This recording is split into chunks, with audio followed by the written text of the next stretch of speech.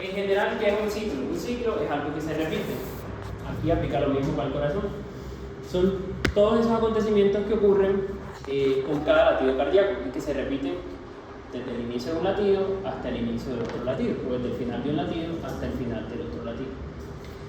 En general está determinado por la apertura y el cierre de las válvulas, ya ahorita les explico sobre eso. Y una cosa muy importante es que la duración del ciclo cambia en relación a la frecuencia cardíaca. Entonces miren que es inversamente proporcional a la frecuencia cardíaca. Entonces cuando nosotros estamos en reposo, el ciclo cardíaco, vamos a poner un ejemplo, si la frecuencia cardíaca la tuviéramos en 70, la duración fuera de 0.8 segundos por latido. O sea, 0.8 segundos durará un latido. Pero si la frecuencia cardíaca fuera de 150, obviamente la duración del ciclo cardíaco sería mucho menor, ¿cierto? Y eso es algo que, por ejemplo, sucede cuando estamos haciendo ejercicio o cualquier cosa que nos aumenta la frecuencia cardíaca. En el ciclo cardíaco suceden muchos fenómenos. Primero suceden los fenómenos eléctricos, luego los mecánicos, luego hemodinámicos. Bueno, no necesariamente luego, eso ocurre concomitantemente, pero los eléctricos siempre preceden a los mecánicos, hemodinámicos y fenómenos sonóricos.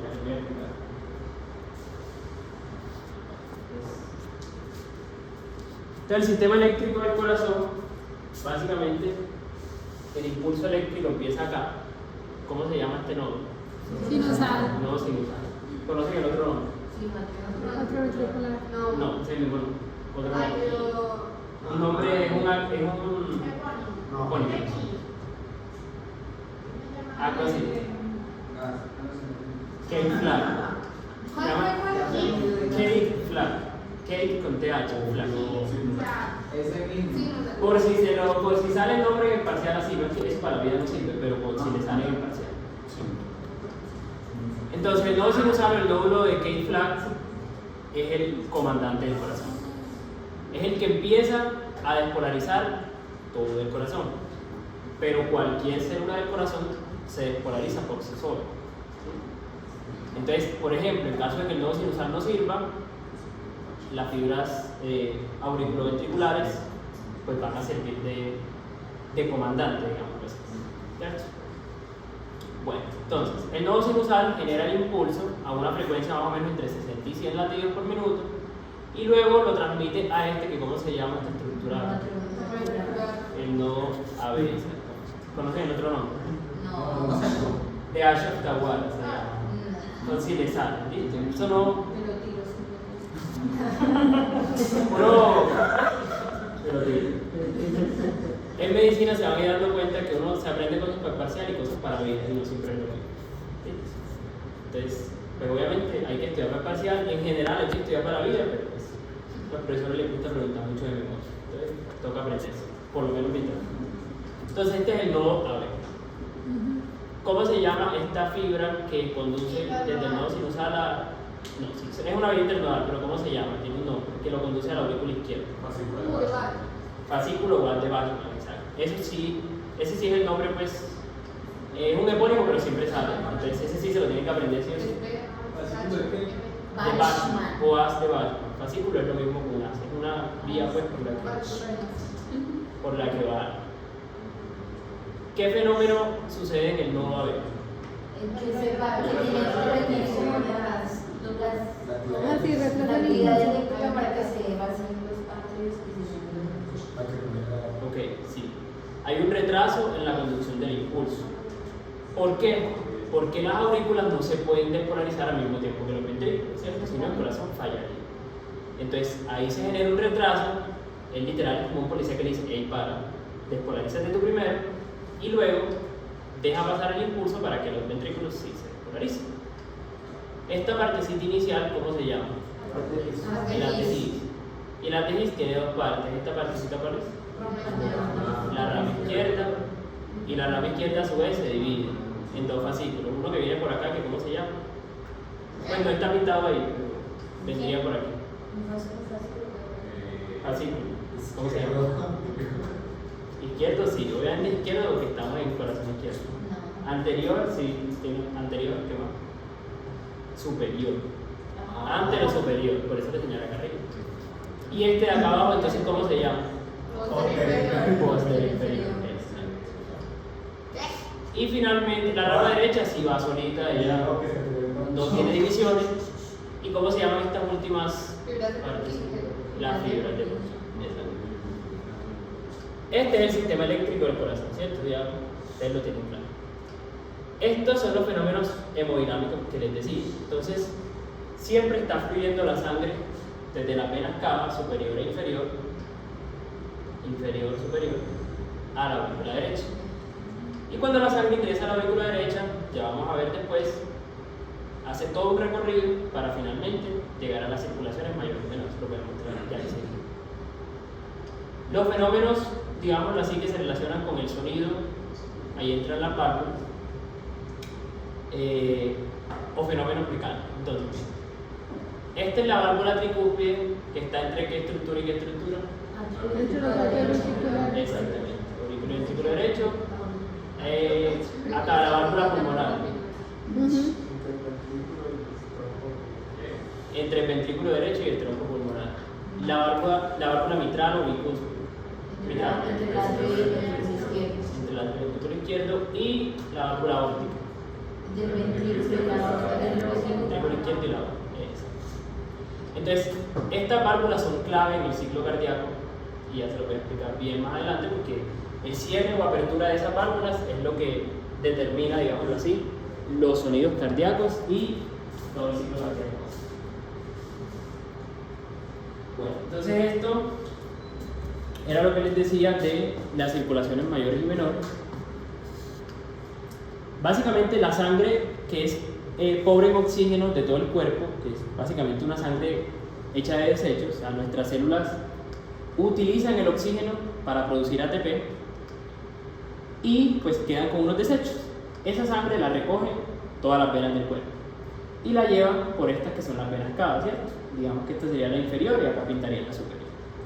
Las venas cava llegan a la aurícula derecha. ¿Listo? Desde allí pasa la sangre al ventrículo derecho, ya les voy a explicar bien eso. Luego del ventrículo derecho pasa la sangre al tronco pulmonar y de ahí a la circulación pulmonar. ¿Para qué pasa la sangre ahí? A los pulmones. Para hacer el intercambio gaseoso. O sea, Oxigenarse y descarboxilarse. ok, sí, exacto. Entonces miren que el color llega a la sangre, ahí pintan un color azul. Es sangre pobre en oxígeno. Pero en los pulmones, ya eso lo van a ver después en fisiología pulmonar, pero por lo menos que se aprendan el concepto desde ya.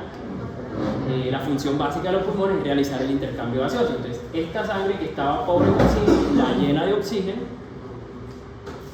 y el CO2 pues se inhala, se bota por la exhalación. Y finalmente esta sangre rica en oxígeno ya sale de los pulmones por las venas pulmonares. Seguramente Estrada se los dijo en anatomía, si fue Estrada que le hizo clase. Las venas pulmonares, si mal no estoy, son las únicas venas del cuerpo que llevan sangre oxigenada. Todas las demás venas del cuerpo, miren acá, recogen sangre pobre en oxígeno. Estas venas llevan sangre rica en oxígeno. Porque el concepto de arteria y vena no es quien lleve más oxígeno, es ¿Quién va hacia el corazón? exacto. Entonces las venas pulmonares llegan al corazón, a la aurícula izquierda, y esta sangre pasa al ventrículo izquierdo y ya pasa a la arteria aorta y obviamente todas las ramas de la arteria aorta, que son todas las arterias del cuerpo, para finalmente llegar a todos los tejidos. Entonces, esta circulación que va desde el ventrículo derecho a los pulmones se llama circulación pulmonar o menor porque solamente está llegando un solo órgano. Y esta que va desde el ventrículo izquierdo a la aorta y a todo el cuerpo se llama circulación sistémica porque va a todo el cuerpo o circulación mayor. Bueno, y aquí estas son todas las fases del ciclo cardíaco. Se la voy a repetir porque eso es básicamente una cuestión de repetición y de visualización también. Entonces miren, el ciclo cardíaco tiene dos grandes fases. ¿Cuáles son? Sístole y diástole. Sístole y diástole. Cuando ustedes les dicen sístole y diástole, se refieren a las sístole de las aurículas o al de los ventrículos. Ventrículos. Entonces, ese concepto es muy importante porque miren, también existe la sístole auricular.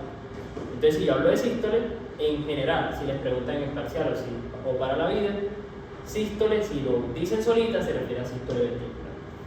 Y con eso es que nos vamos a basar para tener en cuenta las dos grandes fases del ciclo cardíaco.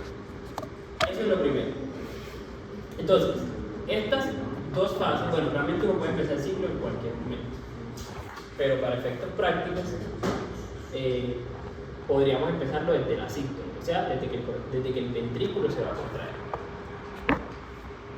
Entonces, lo primero es que cuando el ventrículo tiene toda la sangre, que ya proviene pues, de las aurículas, esa sangre queda allí y las válvulas están cerradas. Como las válvulas están cerradas, la sangre no sale ni entra. Entonces ocurre un fenómeno que se llama contracción isovolumétrica. O sea, el ventrículo se contrae, pero se llama isovolumétrica porque no cambia el volumen. O sea, no sale sangre y no entra sangre, porque las válvulas están cerradas. Luego, cuando esa presión que se ejerce, después les muestro en otra gráfica mejor, como allí hay sangre y no está saliendo, entonces eso va a ejercer mucha presión en el ventrículo. Tal es así que esa presión va a superar la presión de la aorta si es el ventrículo izquierdo o la presión de la pulmonar si es el derecho, Sí, y la sangre se termina eyectando. inyectando. Entonces, esta sangre que estaba aquí, más o menos un 60%, ya después les aclaro ese concepto, sale del ventrículo, de cada ventrículo obviamente. Y entonces miren que en este caso nos están como pintando el ventrículo izquierdo, entonces miren como ya saliendo la sangre hacia la aorta. Luego, llega un momento donde ya el ventrículo dice, bueno ya, hice mi trabajo, tengo que descansar. Entonces, se cierran las válvulas sigmoideas, o sea, la aórtica y la pulmonar. Y vuelve a ocurrir lo mismo que ocurría acá, o sea, las válvulas están cerradas. Si las válvulas están cerradas, no hay salida, no hay entrada de sangre, entonces se llama relajación isovolumétrica. El ventrículo se relaja, pero no sale ni entra sangre. Cuando ya el ventrículo se relajó, el corazón le dice, bueno ya, ponte a trabajar. Entonces ahí se tiene que llenar. Entonces, se tienen que abrir las válvulas AB para que la sangre pase de las aurículas a los ventrículos, como estoy viendo acá. Ya les voy a explicar, una fase de llenado lento y rápido. Y por último ocurre la sístole auricular. Para que no se confundan, porque pues de pronto se confunden con el término sístole auricular, sístole, llámenle contracción. Ya. La aurícula se contrae. Esa sangre, queda una poquita sangre en la aurícula y esa sangre pasa al ventrículo cuando la aurícula se contrae. Entonces ese es el paso final, bueno, no el final pues, pero el final de, como lo estoy explicando, del ciclo. Y ya termina de pasar la sangre al ventrículo, se cierran las válvulas a ver y empieza a ocurrir nuevamente el mismo ciclo. Se lo voy a explicar en otra gráfica, para que quede como más claro. Entonces miren, aquí hablan pues como de los fenómenos de cierre y apertura de las válvulas, que yo les dije que eso era lo clave pues para el ciclo cardíaco. Y aquí nos pintan en los diferentes colores las fases, y acá pues podemos relacionarlas con la gráfica. Entonces, vamos a empezar desde el mismo punto donde había empezado. Vamos a empezar por la sístole. Entonces, primer paso de la sístole, contracción isovolumétrica. Se tiene que cerrar, en este caso es un diagrama pues, del lado izquierdo del corazón, pero también pues, aplica para el derecho. Se tiene que cerrar la válvula mitral, o la pulmonar, o la tricúspide, perdón, en el caso opuesto. Cuando se cierra esta válvula, ambas válvulas están cerradas. Entonces, el ventrículo se contrae, pero como ambas están cerradas, queda el mismo volumen, contracción isovolumétrica. Entonces miren que la presión al principio pues realmente no aumenta, al principio no aumenta mucho, pero a medida que el ventrículo se va contrayendo, miren cómo aumenta. Porque toda esa sangre que está ahí está retenida en el ventrículo, entonces está ejerciendo presión. Por eso es que miren que acá nos pintan esta gráfica de presión y nos dicen cómo va subiendo la presión. Luego llega un momento donde hay tanta presión que se supera, en el caso de la parte izquierda, a la presión de la aorta. Entonces se abre la válvula aórtica para que la sangre pueda pasar y finalmente se eyecta la sangre. Llega un momento donde hay la sangre se eyecta pues con mucha fuerza, por eso la presión es tanta, y luego la presión empieza a disminuir porque ya se está sacando O sea, la sangre es la línea roja. No, pues, a ver, o sea, esto representa la presión, ¿sí? Ok. Digamos como lo de esta gráfica, lo importante es como ver la cuestión como de la presión. La sangre se representa acá. Entonces, contracción isovolumétrica es la sangre, literal, quedando ahí en ese ventrículo, ejerciendo una presión. La fase de eyección, donde ya está saliendo la sangre, bueno, ahí pintan que no queda nada, sí queda, y ahorita les voy a decir cuánto queda. Entonces, hay una fase de eyección rápida, una reducida, eso no es tan importante.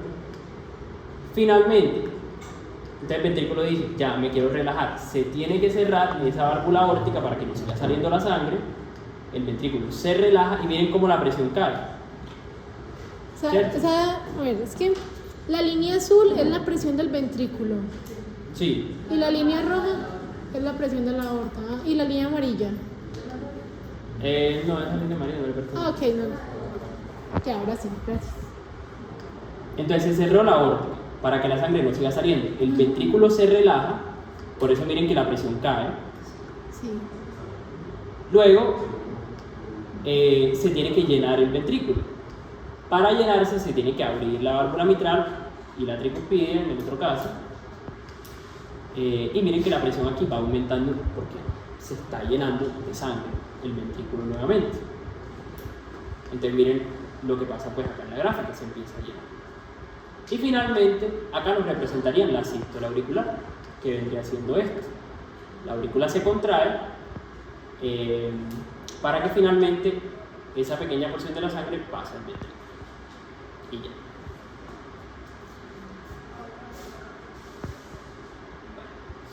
Entonces, en general, como les digo, uno puede estudiar el ciclo cardíaco desde cualquier fase, porque eso, pues, el mismo nombre lo dice, eso es un ciclo, no tiene un punto pues, de inicio, un punto de final, ¿no? Sino que es mejor como dividirlo en esas fases para uno entenderlo más fácil. ¿Ya? Entonces, yo también lo que hice, ya se los expliqué de la misma manera, se los voy a explicar de otra, pero es lo mismo. Yo lo dividí en llenado ventrículo, es una parte donde se llena el ventrículo, otra parte donde se vacía y otra parte donde se relaja. Pero, como les digo, ustedes, o sea, estudienlo de la manera que les quede pues, más cómoda. Al igual se llega a lo mismo. Entonces, para que se llene el ventrículo se necesitan tres cosas. Lo primero, entonces, ubiquémonos acá. Llenado del ventrículo son estas dos fases de acá. ¿Qué válvula se tiene que abrir para que se llene el ventrículo? Exacto. ¿Ustedes cuáles son? Entonces aquí está. Se abren las AV y la sangre empieza a llegar a los ventrículos. Primero con un llenado rápido. Por eso miren que aquí el volumen era pequeño y miren cómo empieza a aumentar tan rápido en esta columna de acá. Porque pues, la fase se llama así, llenado rápido. No solo porque es rápido, sino porque la sangre fluye como de manera, digamos, no turbulenta, sino a gran presión hacia los ventrículos. Luego viene una fase de llenado lento o diástasis, ¿cierto? El nombre diástasis confunde más, entonces apréndense el llenado lento, es más fácil. Entonces miren, se sigue llenando el ventrículo. Sí. La presión pues no aumenta tanto realmente. Lo que más aumenta es el volumen. Pero miren que el volumen de aquí ya no aumenta tanto. ¿Por qué creen que pasa eso? Porque está relajado. No, ¿O no? el ventrículo no está relajado. Porque la aurícula solamente está dejando fluir en vez de contraerse. O sea, como que el grifo está abierto, entonces ya llega como lo máximo que iba a bajar de ahí solo por bajar. Y falta que se contraiga la aurícula, que sería la siguiente, que es la atriaxis. O sea, Sí la y no. presión. Bueno, están así. En algunas cosas se van igualando las presiones. Sí, más o menos. Como yo voy llenando de sangre el ventrículo, ¿qué le va a pasar a esa presión dentro del ventrículo? Aumenta. Entonces, si yo aumento la presión, llega un momento donde se tiene que cerrar la válvula B porque no puede pasar más sangre de la aurícula al ventrículo. O sea, si el ventrículo se está llenando, el ventrículo en el llenado lento no puede dejar que la aurícula le dé toda la sangre que quiera. Entonces, le tiene que dar menos sangre. Por eso es que en esta gráfica el volumen no aumenta tanto. Y aquí sí, miren que aquí se aumenta drásticamente, porque como el ventrículo no tenía mucha sangre, claro, recibió toda la sangre que era la aurícula.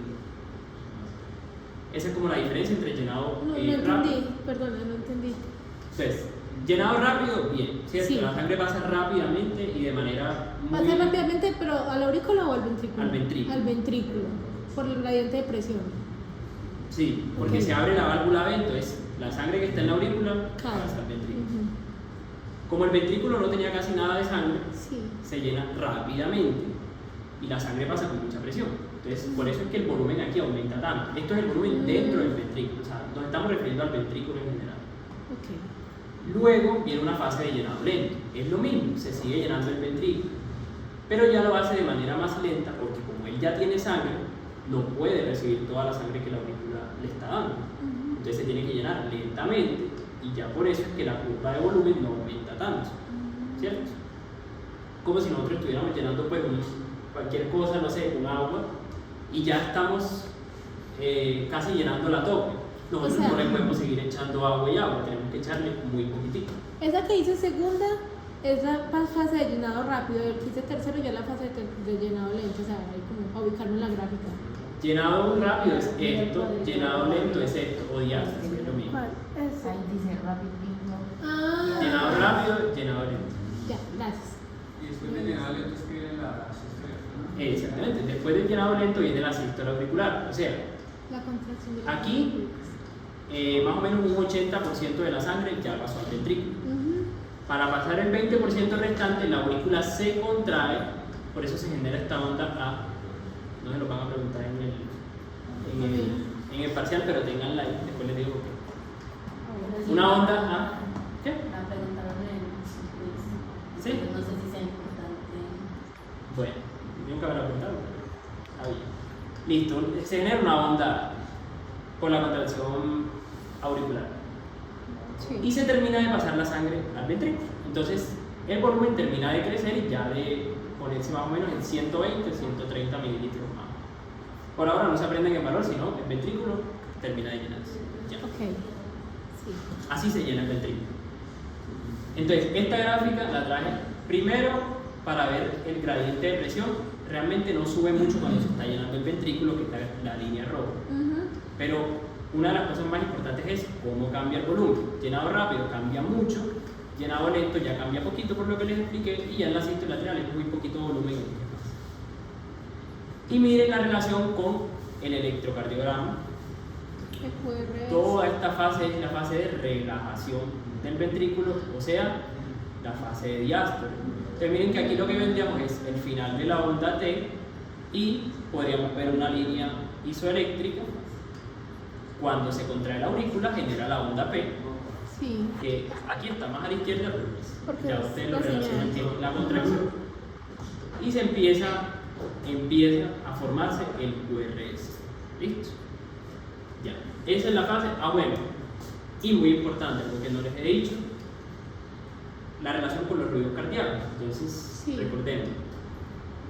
Uno normalmente escucha pum, pum, pum. Ujú. O sea, entre el primer y el segundo pum hay poquita distancia. Pum, pum.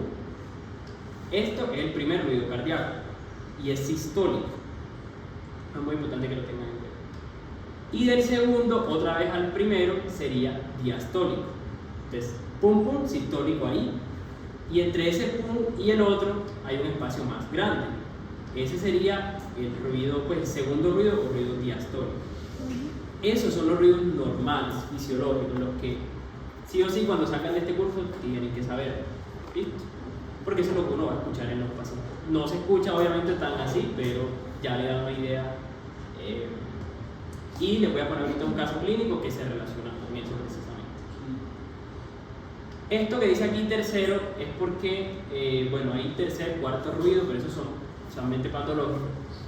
Lo que pasa es que en la fase del llenado rápido, como la sangre fluye con mucha turbulencia, a veces se puede generar un tercer ruido. Cuando es demasiada la turbulencia es que se genera el ruido y es patológico. Y a veces, por ejemplo, en la falla cardíaca aparece ese tercer ruido. ¿Listo? Es eso. Pero por ahora, primero y segundo sí o sí se lo tienen que saber. Y el cuarto. El cuarto a veces se genera no aquí, sino más acá, en la fase de diástole. También es un ruido diastólico, Puede ser normal a veces en algunas personas, pero es más difícil de escuchar. Y casi no lo preguntan realmente en ningún lado. El que más preguntan sí es el tercero. A mí lo preguntaron en el quiz. Sí. Se puede dar porque esta sangre que está fluyendo al ventrículo fluye de manera muy turbulenta. Cuando hay turbulencia en la sangre se generan soplos. Entonces por eso hay un tercer ruido que es el pátulo. ¿Sí? Ahora, la fase de vaciado ventricular. Ya se llenó el ventrículo, ahora tiene que vaciarse. La fase que yo pongo aquí como vaciado ventricular, ¿a qué fase del ciclo cardíaco corresponde?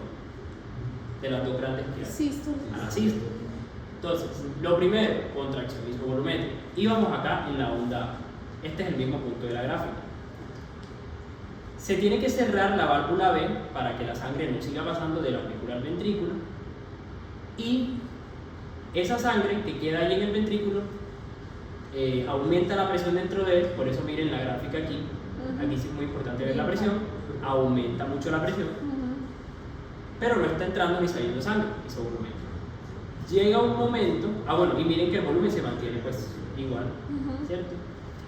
Y se empieza, aquí se genera el QRS, porque aquí ya se está contrayendo como tal el ventrículo.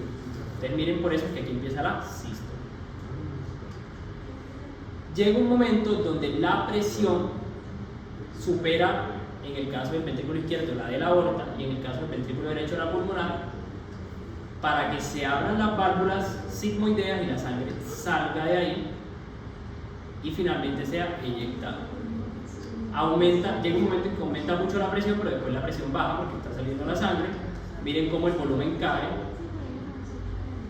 Y aquí ya se empieza a generar la onda T, la onda de repolarización del ventrículo. Y miren que todavía estamos en primer ruido, o sea, sistole, para que vean la relación entre todas las cosas. Bueno, ¿por qué la presión en la válvula aórtica es mayor que en la pulmonar? Tiene más elasticidad y tiene que para todo el cuerpo. De uno. No lo escuché bien. Porque la resistencia sistémica es mayor que la resistencia. Exacto. Y eso sí lo preguntan mucho. La circulación pulmonar es una circulación de baja resistencia, de gran área. Entonces, como hay poca resistencia, la presión de la válvula pulmonar es poquita, o sea que la sangre del ventrículo derecho pasa muy relajada a los pulmones.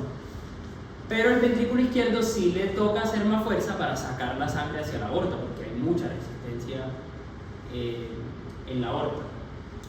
Y esa es la razón principal por la que el ventrículo izquierdo es más grande que el ventrículo derecho, porque tiene que ejercer más fuerza fisiológicamente para poder sacar la sangre. ¿Listo? Esa es otra cosa también importante. Y por último, ya el ventrículo eyectó la sangre, se tiene que relajar. Se cierra, en este caso, la aórtica, las sigmoideas. No sale bien la sangre, el ventrículo se relaja, miren cómo cae la presión, el volumen se mantiene igual, y aquí es donde empieza la diástole. Y luego ya ocurren todas las otras cosas que ya les expliqué. Ahí termina eso que les expliqué. Esta grafiquita sale en el parcial siempre. Entonces, Siempre. sí. Gracias. Entonces, es lo mismo que les expliqué. Pero uno de pronto se enreda porque la gráfica pues lo muestra diferente. Sí. Por las diapositivas yo se las voy a pasar, no se preocupen. Entonces vean. Aquí, de A a la B. Primero el periodo de llenado. Entonces, se abre la mitral, en este caso el ventrículo izquierdo, se empieza a llenar, o sea que miren cómo el volumen aumenta, pero la Sí. presión sigue siendo casi la misma. Llega un momento donde la presión aumenta tanto que se cierra la válvula mitral para que no pase más sangre del auricular al ventrículo. Entonces, en este punto, ¿qué ruido cardíaco se escucharía? Primero. El primero, el sistólico, exactamente, porque todo esto de acá es la sístole, ahí empieza la sístole. Entonces, se cierra la mitral, empieza la contracción isovolumétrica, y luego de eso se abre la válvula aórtica para eyectar la sangre, en este caso hacia la circulación mayor, hacia la aorta. Miren cómo el volumen va cayendo porque va saliendo del ventrículo, la presión aumenta un poco y llega un momento donde la válvula aórtica se cierra, no sigue saliendo más sangre y el ventrículo sí se relaja. ¿Listo? ¿Qué usualmente preguntan en el examen? ¿Dónde están los ruidos cardíacos? Ya. ¿Ves? Aquí, ¿qué ruido cardíaco está? Primero. Primero. ¿Y aquí? Segundo. Sí. Obviamente que entiendan pues bien el concepto, porque les pueden poner diferente la gráfica, pueden que acá les pongan volumen y presión y cuidado, van a decir que aquí es el primero, ahí hay una... Entonces lo que quiero es que entiendan el concepto para que cuando les pongan la gráfica, sea la gráfica que les ponga, ustedes sepan cuál es el primer ruido y cuál es el segundo ruido. ¿Listo? Aquí no se pinta, bueno, sí, más o menos. Miren que la diástole en general, no se pinta mucho, es mucho más larga que la sístole.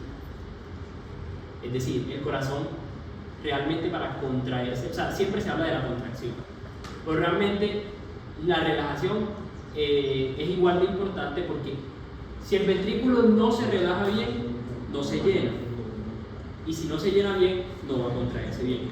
Entonces, eso es un concepto muy importante.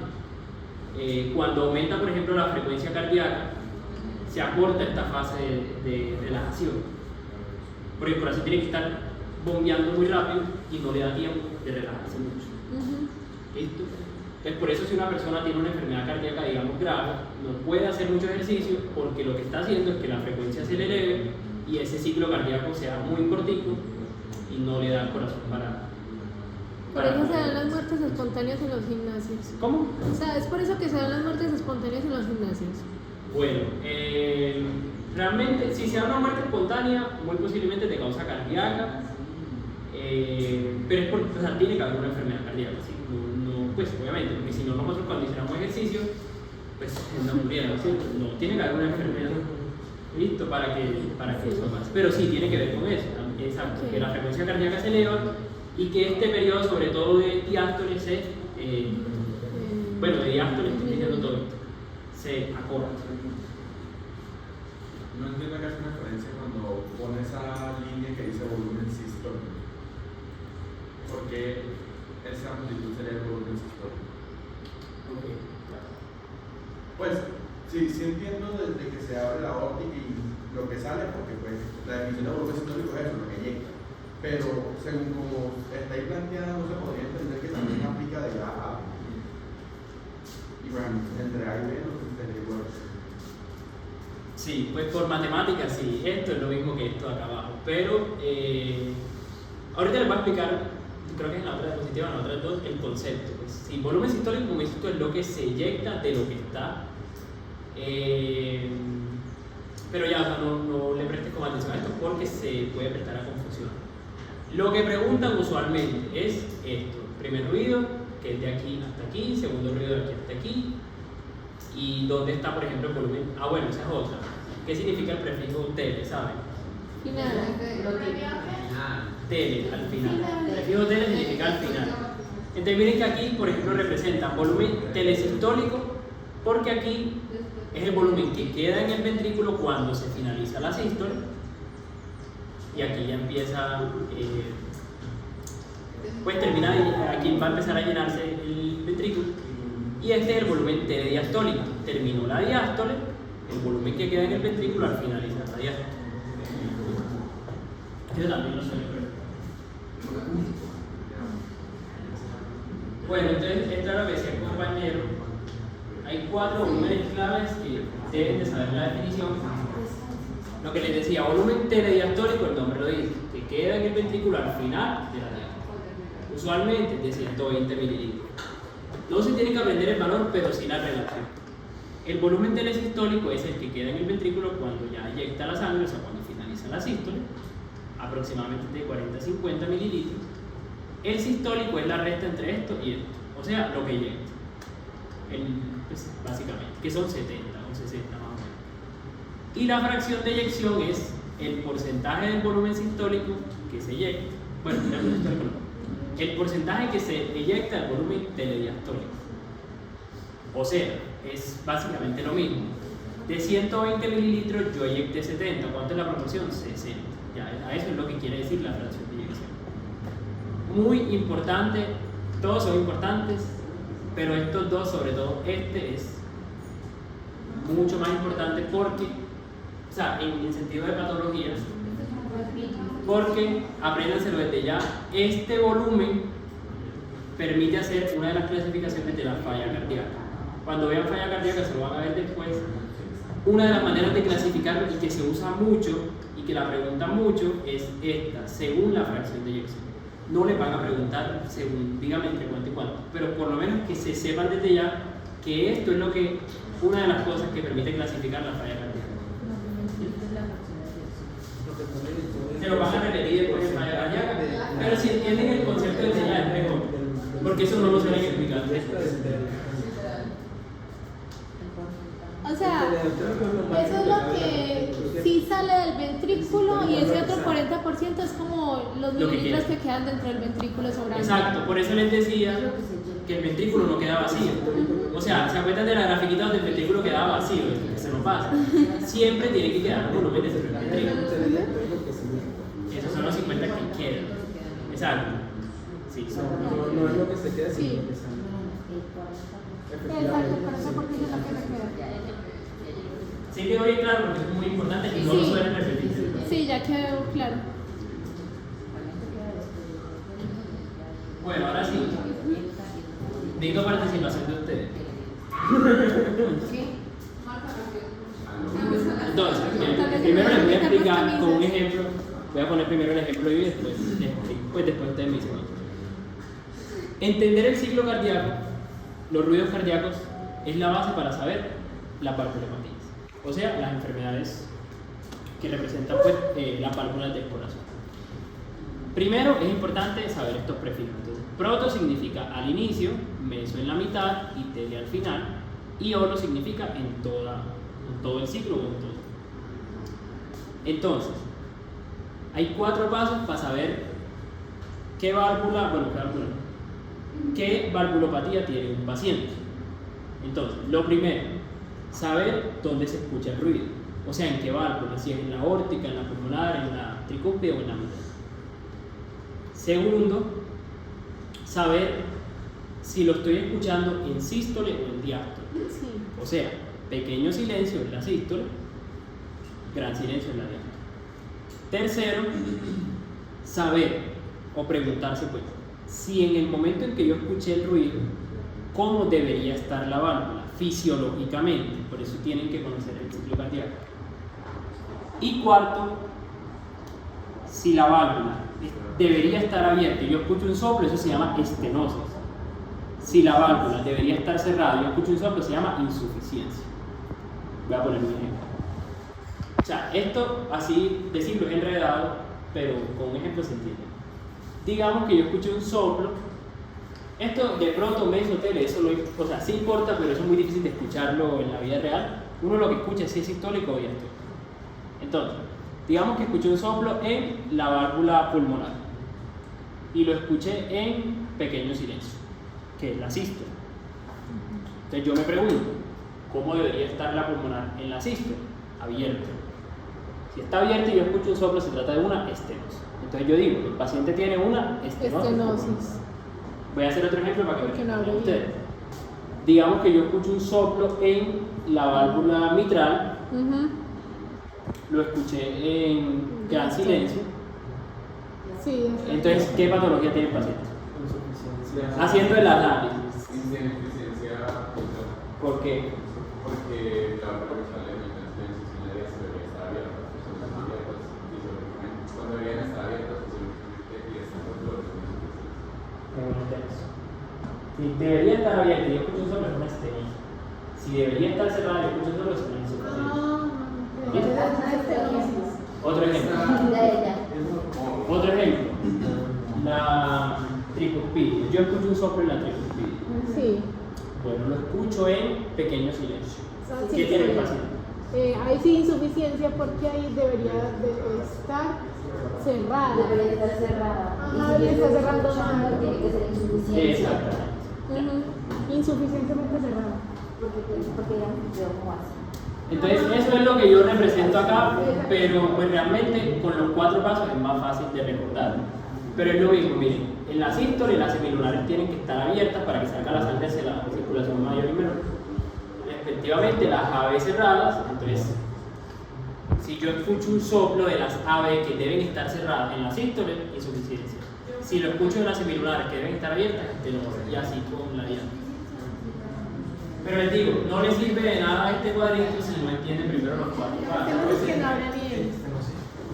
Es insuficientemente cerrado. Ahorita, igual ahorita, aquí viene esto, aquí viene un caso clínico y entonces hay otra valvulopatía. María Pandemia. Bueno, ¿quién lo lee, por favor? Yo, Dale. identificación, María Pandemia, de 50 años de edad. Motivo de consulta, me falta el aire. Enfermedad actual. Paciente consulta por cuadro clínico de aproximadamente 2 meses de evolución, consistente en disnea en enemigos de esfuerzo, actividades al diario combinada, con una nervosa. Asociada a ortopnea y disnea paroxística.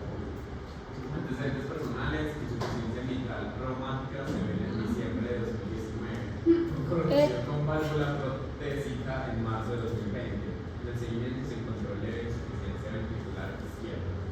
Farmacológicos, enalapril, aspirina, omeprazol, furosemida y warfarina.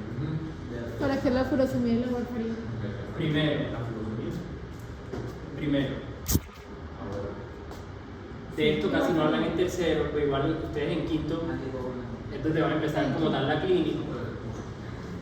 Pero desde ya es importante que se vayan familiarizando con cómo yo me aproximo a un paciente. ¿Cierto? Entonces, ¿por qué? Porque uno no trata exámenes. Uno les enseña a ustedes mucho el EKG y sí, está muy bien, obviamente, hay que saberlo. Pero yo el medicamento no se lo doy al EKG, se lo doy al paciente. Entonces, primero, uno tiene que saber la información del paciente y después que le pide exámenes, y con esos exámenes y con la clínica que tiene, yo relaciono y hago un diagnóstico. ¿Listo? Por eso primero está esto. ¿Ya? Porque ustedes de aquí, en todo el parcial segundo de cardio, puro EKG. Diagnóstico del EKG, así le pagan. Y sí, eso es muy facilito cuando uno se lo pone así. Pero cuando uno tiene el paciente, no es tan fácil interpretar lo que tiene con el EKG. ¿Listo? Entonces, ¿qué les llama la atención de ahí? No, o sea, si no saben alguna cosa, no hay problema. No tienen que sabérsela en este momento. Pero ¿qué les llama la atención? ¿Qué es ortopnea? Bueno, ortopnea es, ¿saben qué es disnea? Es la disnea, o sea, una sensación de dificultad al respirar cuando la persona está acostada. Disnea paroxística y factor nocturna. Esa, bueno, puede haber disnea paroxística, pero usualmente es nocturna, o sea, en la noche el paciente se levanta porque se está ahogando literalmente. Tiene que abrir la ventana y literalmente está así. ¿Qué significa lo paroxística? Paroxística es algo de repente.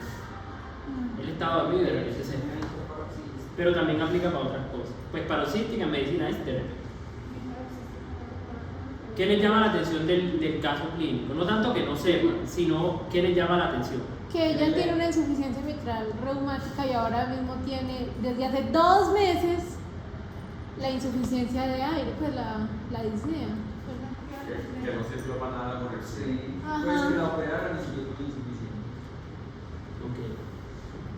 Listo.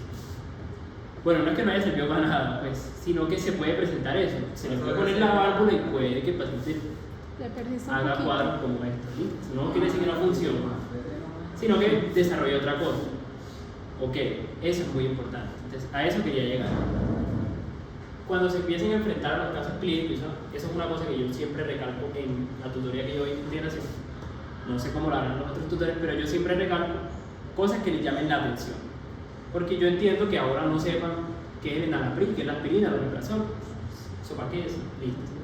Pero si ustedes dicen, estamos viendo, me acabaron de decir valvulopatía y estoy viendo una insuficiencia mitral, miren que no hay que saber mucho, pues, o sea, no hay que, en este momento, no tenían que saber nada de caso. Con que eso les llamara la atención, ya esa es una anotación muy importante. ¿Listo? Entonces, eso era lo que quería que vieran. Y siempre sean así cuando se enfrenten a un caso, a un paciente, que le llama la atención, no den nada por ello.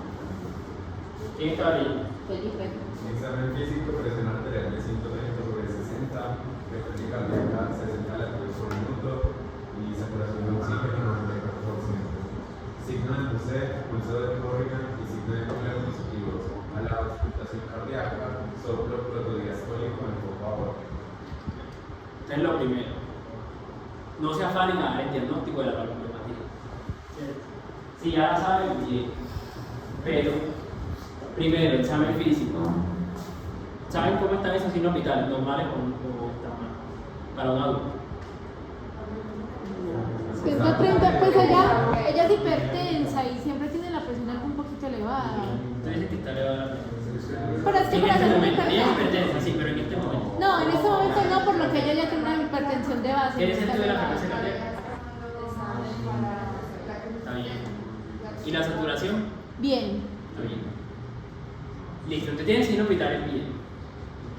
Tiene unos signos ahí que son positivos. ¿Saben? ¿Alguno sabe qué significa? El hemocéfalo es como cuando se le ve la rotación, es desde la izquierda. Es una De cualquier hora. Pero, sí, sí, sí. No sé qué arteria o vena será, pero se le ve una que le salta acá en el pecho. Así súper prominente. Ok, va por ahí. Bien. Ahorita se lo voy a mostrar. Más o menos lo que dice el compañero. ¿Saben alguno de los otros dos signos? No. No. importa. Ya se lo muestro. Y soplo protodiastólico enfocado.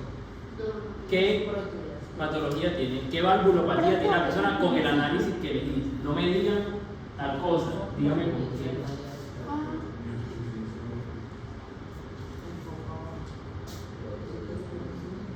¿Qué tiene? Si el paciente tiene insuficiencia en la válvula mitral, significa que No, ahora. Ahorita estamos hablando de la mitral. En este caso, O sea, es una estenosis. ¿quién dice que tiene estenosis? Levante la mano.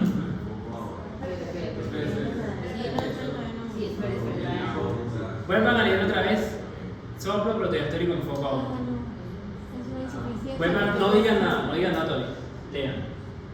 Y piensen.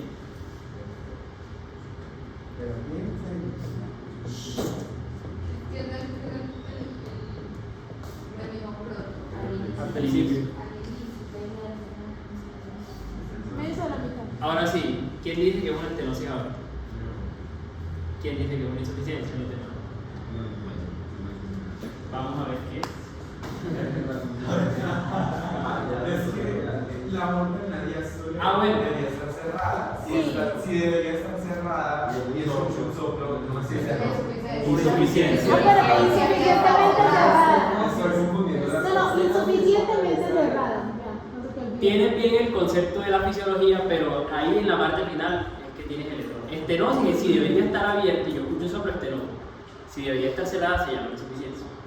Pero el análisis que haces está bien. Cuando deben estar abiertas y escucho soplo, si deberían estar cerradas, escucho soplo. Insuficiencia. Ya. Ajá, insuficientemente cerrada. Ya, que me lo- Bueno, ¿qué esperan encontrar si se regresa? ¿Qué clases han dado de electro? ¿De qué? ¿De electro qué clases han dado? Una. Como Sobre normal. sí, la de Caravaggio y la de hoy también. ¿Qué clase? Pues, ¿qué? La práctica. hoy fue práctica y la pasada solamente nos han dado electrocardiograma. Sí, básico. Normal. El normal. ¿Pero qué se imagina? ¿Qué puede haber?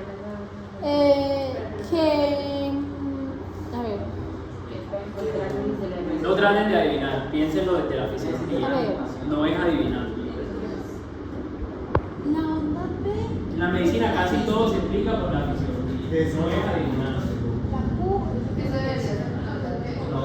la onda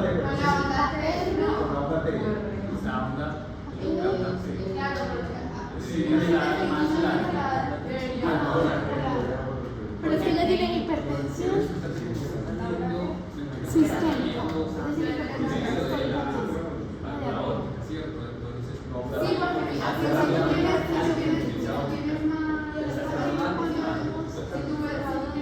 Entonces, Sí, está cerrando mal, pero la sangre regurgita. O sea, Una pregunta, en el EKG, el cerrado, pues la contracción de los ventrículos, ¿qué letra es? el QRS.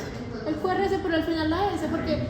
o sea, yo- No siempre hay una S, o sea, no necesariamente, pero el complejo El QRS. complejo, es que yo asumo que ahí es que está la alteración porque ella tiene 130 y el ventrículo izquierdo debería llegarnos a 120 más o menos, a menos de 120, entonces, ¿Cómo así? o sea, es que eso es con la clase nerviosa, es que el ventrículo izquierdo tiene que superar una presión de aproximadamente 100, 120 milímetros de mercurio. Menos, 80. 80. 90. No, pero esto no tiene nada que ver, eso es la presión de ella, listo, eso no... Ay, eso no me altera el EKG. Sí, o sea, eso no tiene que ver con lo que estás diciendo. Ah, ok.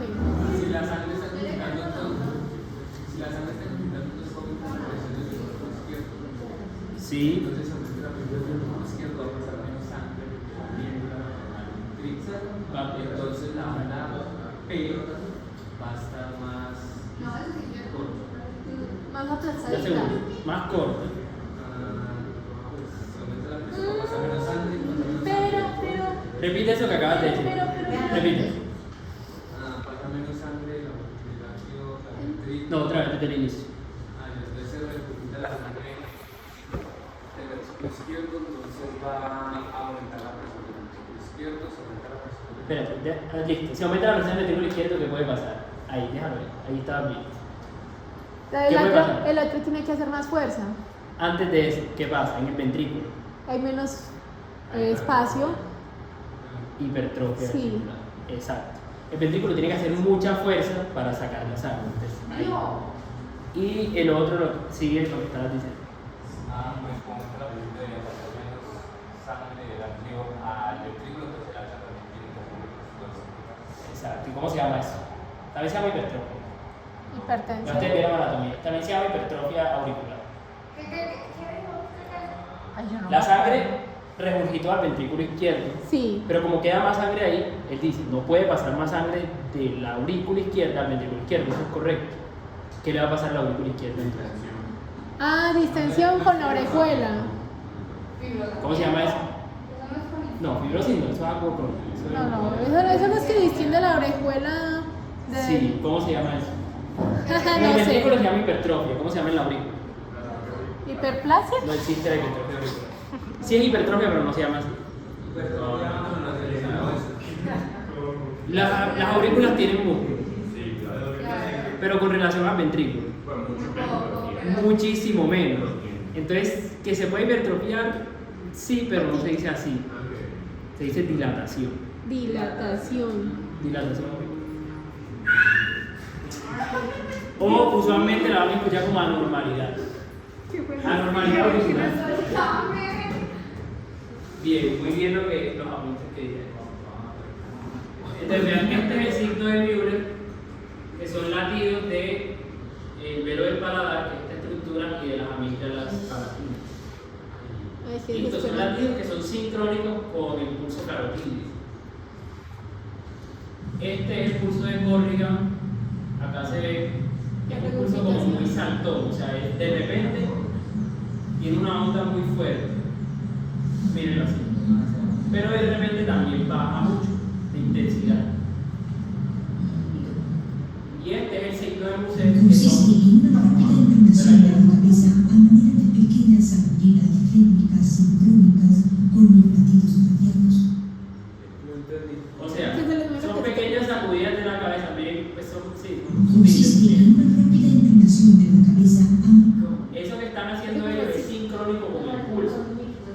O sea, si uno le tomara el pulso a ellos, cada que le da pues, la pulsación, ellos hacen el movimiento. Müller, Corrigan, no sé. Ya. Ese signo de Muset lo suelen preguntar, bueno, no por ustedes, pero sí lo suelen preguntar muchas veces. Entonces, tenganlo como muy presente, ¿listo? Porque me parece que estoy ganando la cereje. Ahí hay que suprimir. Entonces, bueno, no han visto el café, entonces se lo voy a explicar rápido. ¿Qué es esto? Entonces, hipertrofia ventricular izquierda, ya dijimos por qué, ¿cierto? Sí le quedó claro por qué.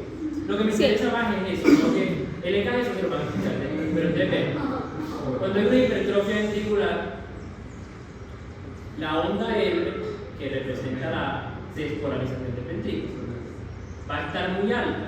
Sí, Muy alta porque hay más músculo. porque hay más músculo, exactamente. Como hay más músculo, se transmite más voltaje.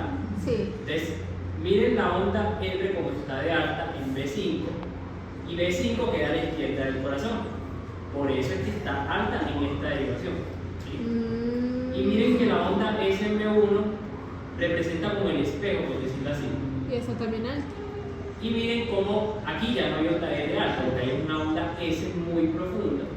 Se dice así, no alta, sino profunda. Profunda. Listo, no vayan a decir S alta, que sea así. S profunda, porque hacia abajo. Porque es como el espejo de esto. ¿Sí me hago entender? Sí. ¿Ves? Te lo voy a usar con el marcador. Usualmente en las clases no lo explican así. El profesor nos dijo que si tiene por acá, ese tiene R primo, acá tiene. Entonces, vea, digamos. Sí, eso tenía. O sea, la de primero es la que parece el tacón de Patricio cuando...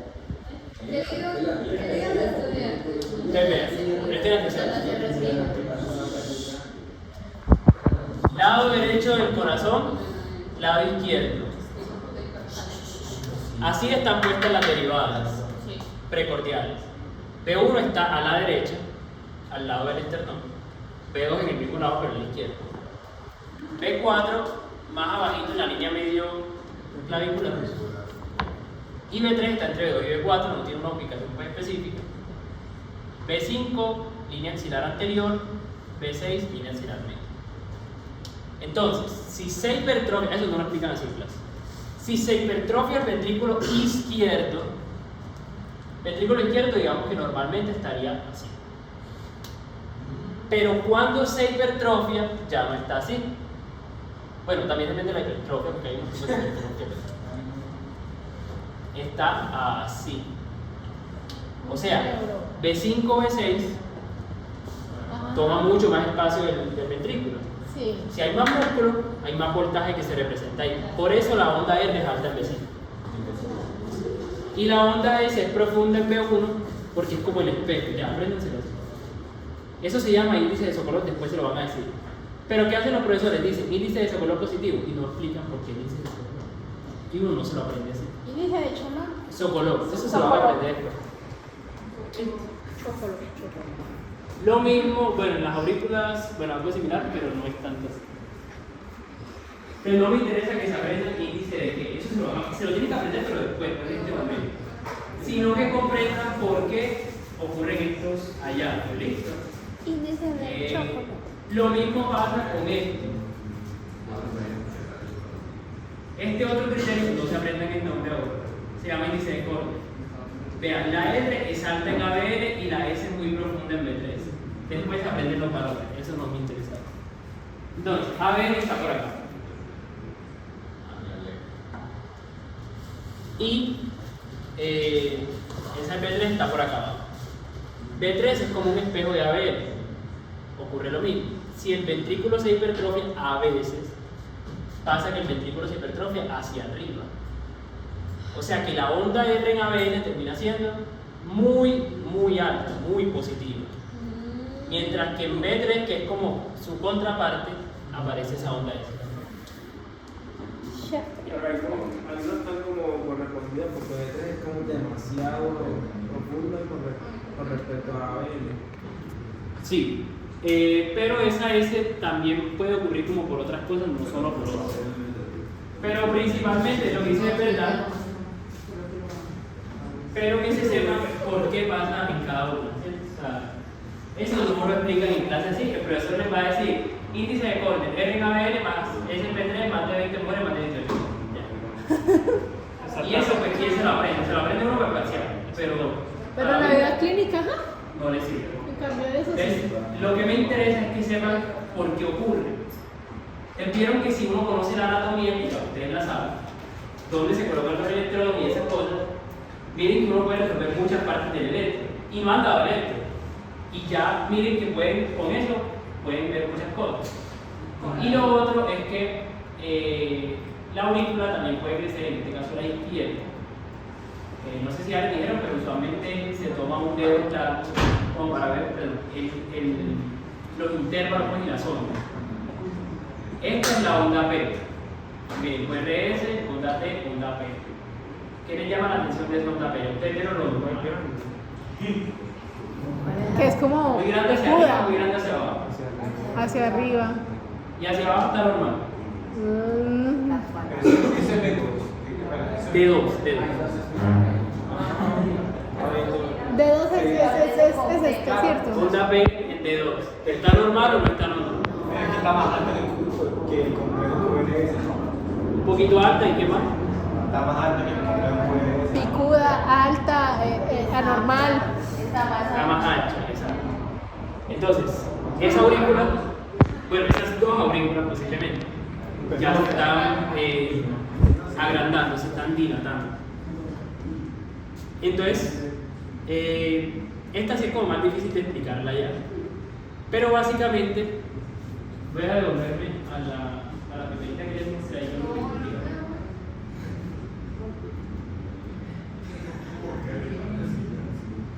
Miren, el impulso se empieza a generar en la aurícula derecha. Por lo tanto, quien da el voltaje es la aurícula derecha. En el electro, ¿cómo se le representa el voltaje? ¿Hacia arriba o hacia abajo? Hacia arriba. Y la duración de la onda P es dada usualmente por lo que esté pasando en la aurícula izquierda. ¿Por qué? Porque miren que la aurícula izquierda se polariza un poquito después de la derecha, ¿cierto? Entonces, si nos devolvemos acá,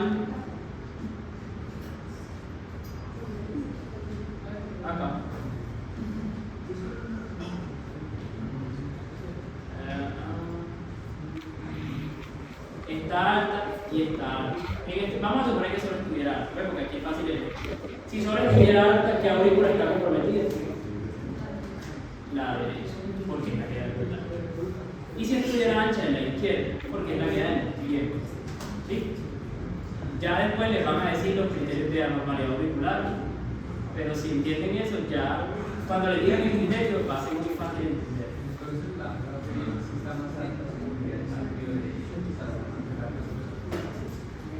Y ahí parecen que ser los dos.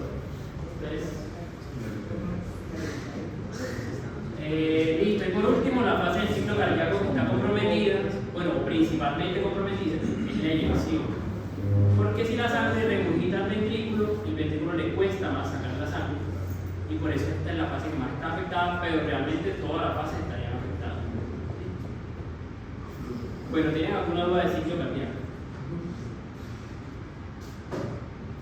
Hasta el momento todo parece bien.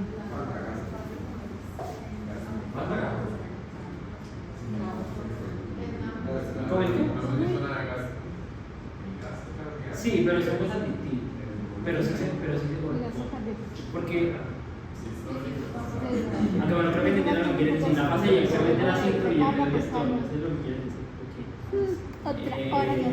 Sí, pero es por cosas diferentes. O sea, se compromete la eyección porque la sangre, el ventrículo tiene que hacer más fuerza para que la sangre salga. Pero es un ruido diastólico, bueno, porque el paciente le dio insuficiencia diastólica, pero es una insuficiencia aórtica por cualquier otra razón. O sea, ya son dos.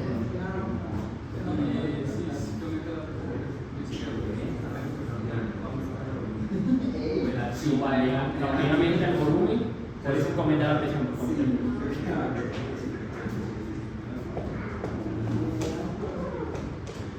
Bueno, sigamos con gasto cardíaco. Sí, sigue el turno.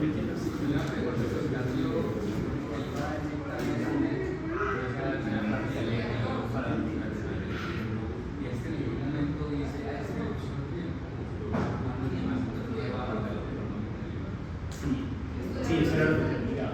No le manda tanta sangre y por eso se dilata, porque se queda con la sangre. Pues sin embargo, una serie de cuestiones que están más Sí, pero ese es el mecanismo que él hace. Él no puede, o sea, él le llega más sangre, ya eso no se puede cambiar. Lo que él hace es perfecto. el ácido lo intenta compensar el mecanismo compensatorio no es suficiente para que